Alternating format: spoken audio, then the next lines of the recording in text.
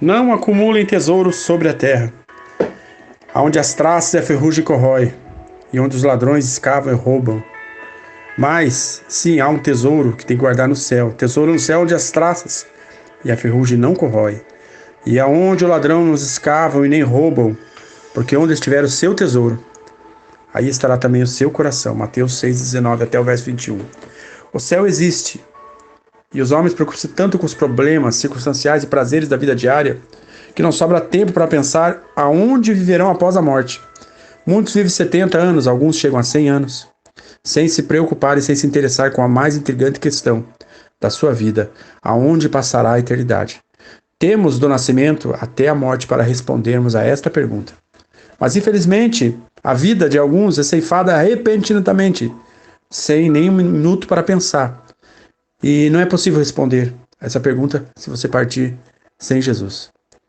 Jesus diz para aqueles que dormem, tendo como único centro salvador o céu é a morada de Deus. Isso significa que o céu, no presente, era o lugar onde a presença de Deus habita de forma especial e de onde ele governa todas as coisas. Primeiro, as opiniões erradas das pessoas a respeito do céu. É muito triste. O homem do nosso tempo defronta-se com muitas opiniões modernas a respeito do céu, pois afirmam que o céu é uma ilusão criada para a religião, para atenuar o medo que as pessoas têm da morte. Alguns desses são os mesmos que dizem que a religião é o ópio do povo. Outros dizem que o céu é apenas o espaço infinito que nós vemos, onde os astros se movem. Eles são os mesmos que acreditam apenas na razão matéria e a ciência também junto. E muitos desses são os que inventam qualquer desculpa ao seu palavreado defeito para esconderem a sua descrença particular no céu bíblico. Mas, todavia, não são os filósofos, poetas, cientistas. Você tem uma última palavra confirmando que, nesse assunto, eles nunca estiveram no céu e nem de lá desceram para afirmarem, ou confirmarem, ou negarem o que está escrito, a realidade do céu. Segundo os ensinos da Bíblia acerca do céu, como você já sabe, a Bíblia Sagrada revela a vontade de Deus para os homens. Ela também descreve o céu como um lugar real. O céu é um lugar onde Deus habita. E a vida no céu funciona segundo os princípios e valores de Deus. E é eterna e inabalável. O reino dos céus veio à terra no simbolismo do santuário judaico. É o tabernáculo e o templo onde habita a presença de Deus. Ele veio de uma maneira mais plena e completa na presença de Jesus Cristo, que é Deus conosco. Ele se espalhou por todo o mundo, quando o Espírito Santo veio para viver em cada crente. Vejamos o ensino bíblico que fala sobre esse detalhe. O Espírito Santo veio para viver em cada crente. Então a gente tem que ver que o ensino bíblico a respeito do céu e o testemunho de pessoas que confirmam a existência desse maravilhoso lugar. Jesus Cristo é e será sempre o único e a autoridade para afirmar se o céu existe ou não. Ele afirmou que ninguém subiu ao céu, senão que desceu do céu, o Filho do Homem que está no céu. Em João 3,13, eu sou o pão vivo que desceu do céu. Se alguém comer deste pão, viverá para sempre. Sabemos que o céu existe. Por quê? Porque Jesus é Deus. Logo, nós devemos crer no que ele ensinou acerca do céu. Portanto, de acordo com o ensino de Jesus, o lar eterno e definitivo daqueles que amam é o céu e o servem. Lá, Paulo de Tarso, quem conhece a história de Paulo de Tarso, ele era um judeu inimigo de cristão, que se converteu alguns anos após a ressurreição de Jesus. E ele tornou-se apóstolo, escritor e pregador do evangelho. Numa das suas cartas enviadas para os crentes da cidade de Corinto, ele descreve da seguinte forma alguns dos seus sofrimentos por amor a Jesus. Lá em 2º livro de Coríntios, está escrito sobre isso. Paulo afirma de que forma? Bem próximo da morte, lá em Atos 14:9, ele fala também. Ele relatou o seguinte, que em certa ocasião, num desses terríveis sofrimentos, ele foi ao céu e ouviu e viu coisas que é impossível descrever com palavras humanas. 2 Coríntios 12, versículo 1 até o 10, ele fala que ele foi arrebatado até o terceiro céu e o descreveu como paraíso de acordo com o que ele viu. Paulo, o céu é o paraíso dos salvos. Em Jesus ele estava tão convicto da existência do céu, o lugar dos que amam a Jesus, que disse assim: eu quero deixar esta vida rapidamente e estar com Cristo no céu, porque é bem melhor do que estar aqui. Sem dúvida, estar com Jesus é algo muito bom.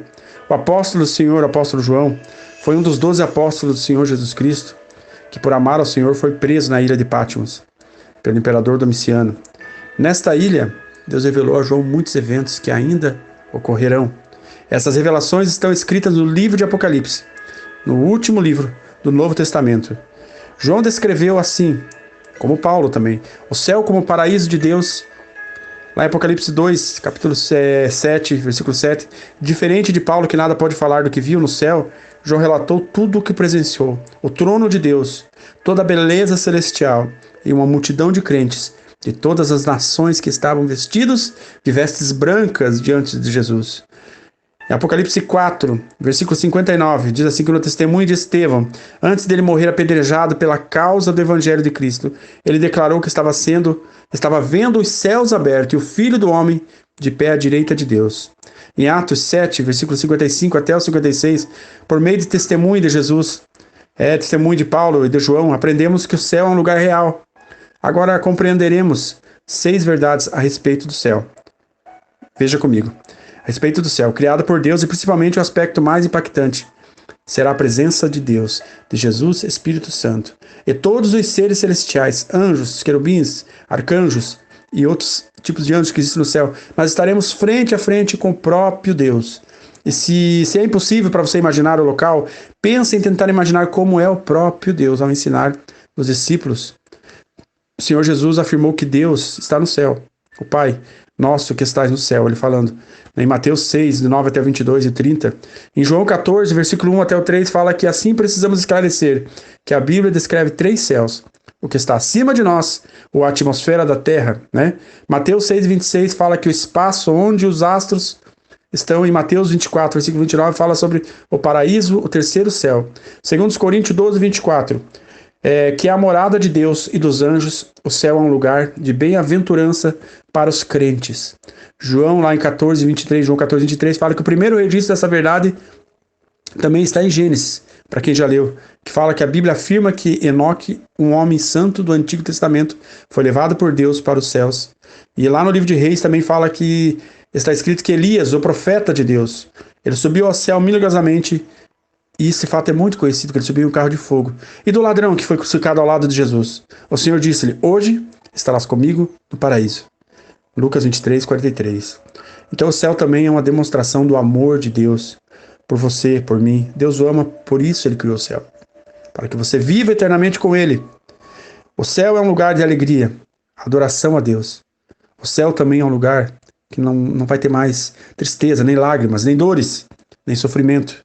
Lá não haverá mais separação, porque a morte vai ser conquistada. Também lá não iremos nunca termos cansaço, nem vamos fadigar, e nem vamos morrer, porque não haverá pecado. Será uma vida eterna no céu. Receberemos um corpo perfeito e imortal. A Bíblia declara que receberemos da parte de Jesus um novo corpo. Deus transformará o nosso corpo mortal em um corpo imortal, incorruptível e glorioso. Filipenses, capítulo 3, 21, fala também sobre isso, e Coríntios 15, 21 fala sobre isso, que nossos corpos jamais se definharão, e assim estaremos para sempre com o Senhor. Lucas 20, versículo 35 a 37, 36, fala que o céu é uma santa e perfeita habitação, é um lugar que Deus preparou para aqueles que se tornaram santos, quando aceitam a Jesus como seu único Salvador. O pecador, entretanto, ele não entrará no céu, pois a Bíblia diz que não entrará coisa alguma que contamine e cometa a abominação e mentira, mas só os que estão escritos no livro da vida do Cordeiro. Amém? Somente esses entrarão. No livro do Apocalipse 21 e 27 fala sobre isso. Para morar no céu é necessário que você se arrependa dos seus pecados e aceite a Jesus como Salvador pessoal, para entrar na Nova Jerusalém. Amém? A Nova Jerusalém é a cidade santa, que descerá do céu, será um lugar santo de comunhão e relacionamento com Deus. Em Apocalipse 21, versículo 3, fala que encontraremos uma linda praça no meio da qual atravessa o rio da vida, com a árvore da vida em suas margens. Apocalipse 22 continua falando que só os que têm o nome escrito no livro da vida entrarão nesta linda e preciosa cidade. Neste mundo que vemos aqui tenebroso, enfrentamos lutas, sofrimentos com a depredação do meio ambiente, as enchentes, secas, fomes, variações climáticas. Mas lá veremos desfrutar um novo lar que está preparado para aqueles que creem e aguardam segundo a vontade de Deus. Na Bíblia relata que os muros tem 12 portas e tem em cada porta um grande e alto muro com 12 portas com nomes escritos sobre elas, que são o nome de 12 tribos de Israel. Em Apocalipse 21, 12 e 13, fala sobre isso. Fala sobre a cidade e as portas claras como cristal, cidades que reluzem. O muro é lindo, da cidade é de ouro puro. Fala na Bíblia que é semelhante ao vidro puro. Em Apocalipse 21, 18, fala que nela não haverá templo, pois o seu templo é o Senhor Deus, Todo-Poderoso. E o Cordeiro habitará ali conosco. Em Apocalipse 21, 22 fala que os fundamentos da cidade, ela tem 12 fundamentos, e o muro da cidade com 12 fundamentos está escrito com o nome de 12 apóstolos, apóstolos do Cordeiro de Deus. Em Apocalipse 21 e 14 fala que o nome deles estão representando a igreja de Jesus Cristo como coluna e a firmeza da verdade. Em 1 Timóteo 3, versículo 15, fala que um dos principais motivos da tristeza é a morte. Mas hoje em dia nas grandes cidades, nos pequenos lugares também sempre existe e sempre existirá um cemitério onde os nossos antes queridos são enterrados, mas ninguém pode escapar da morte. Mas na Nova Jerusalém, a morte já não existirá. Em Apocalipse fala sobre isso, que a morte não existirá lá mais, porque lá nós adoraremos a Deus, não haverá nem luto, nem lágrimas, porque a cidade santa, descerá do céu e servirá de fonte permanente de luz para as nações aqui na terra. Isso fala do milênio. A cidade santa eliminará nações, mas nela não haverá nem sol nem lua, pois a cidade não necessita de sol e nem de lua, para que nela resplandeçam, porque a glória de Deus já tem iluminado. E o Cordeiro é a sua lâmpada. Aleluia. Apocalipse 21 e 23 fala que ali não haverá maldição contra ninguém, porque toda a maldição já foi passada. Em Apocalipse 21 e 13 fala que os corruptos já estarão no lago de fogo, e só os salvos viverão na santa cidade. Todos os ímpios que não se arrependerem ficarão de fora. Apocalipse 22 fala sobre isso. E todos os que praticam atos indignos aos olhos de Deus não terão acesso à Nova Jerusalém, pois o seu lugar é destino é o inferno dos ímpios. Em Salmos 9,17 fala sobre isso. E é um lugar onde os crentes servirão eternamente a Jesus, a cidade santa.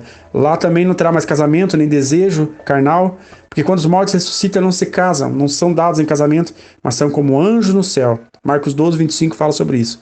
Hoje servimos a Deus, mas a nossa limitação impede-nos de servi-lo de modo mais amplo. Porém, no céu estaremos revestidos de imortalidade, em perfeição, para oferecermos a Deus um serviço perfeito. Qual o caminho para o céu? Na Bíblia nos explica.